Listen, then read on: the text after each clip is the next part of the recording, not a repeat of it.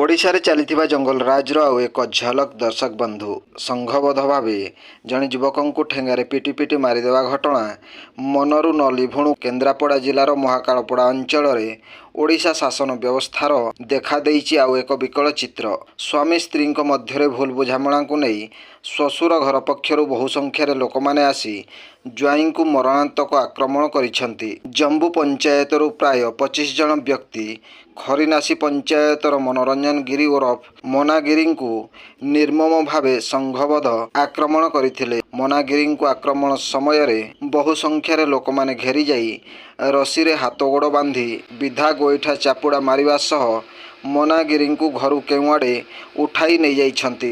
दर्शक बंधु स्वामी स्त्री गंडगोड़ को केन्द्र करी श्वशुर घर लोके संघबद्ध भावे आक्रमण करिथिबा जଣା पड़िछि। तेबे एभली घटना को अंचल रे घोर निंदा करिबा सह दोषी मानकु उपयुक्त दंड मिलिबा निहाती आवश्यक बोली मत प्रकाश पाउछि। ब्यूरो रिपोर्ट जनजागरण ओडिया। वीडियो गुडी को आपण मानकु भलो लागुथिला हम चैनल को सब्सक्राइब करिबा सह लाइक शेयर करिबा को भूलंतु नाही।